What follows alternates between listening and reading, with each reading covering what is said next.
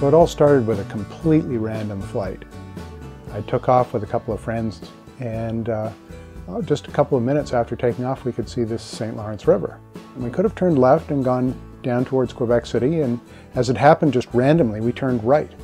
And geez, that turn changed my whole life. They followed the St. Lawrence River west for 2 hours when suddenly the landscape changed dramatically.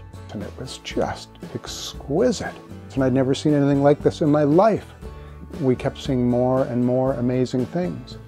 Lighthouses on little islands and then castles on islands. Does that only happen in Europe? Ian was overwhelmed by what he saw, and before long, he was looking.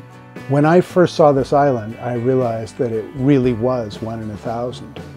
There's many beautiful islands here, but this one was so perfect, so suited to my needs. With a rare and perfect harbor to protect his plane, Ian began to explore.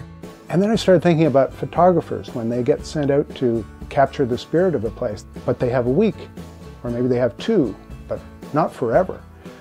I could go out this morning, and if the light didn't work, I could go tomorrow morning, or the morning after that, or next week, or the week after that, or the month after that. And I began to realize that this was an opportunity, but more than that, I began to realize this was an obligation, because these pieces weren't going to come together again. If I didn't go do this, it wasn't going to happen, and I felt it deserved to. Shooting mainly at dawn and dusk, the problems of low light, a moving platform, and the need for wide-angle lenses and wide-open apertures were huge. Then, just after his second award-winning book was published, Ian discovered DxO. The thing that I really appreciate most about using DxO is this lighting engine. And suddenly the pictures that were throwaways before just blossomed. Ian has become the region's best-known photographer with 5 best-selling books, and while a good eye is critical, he knows we can all use help.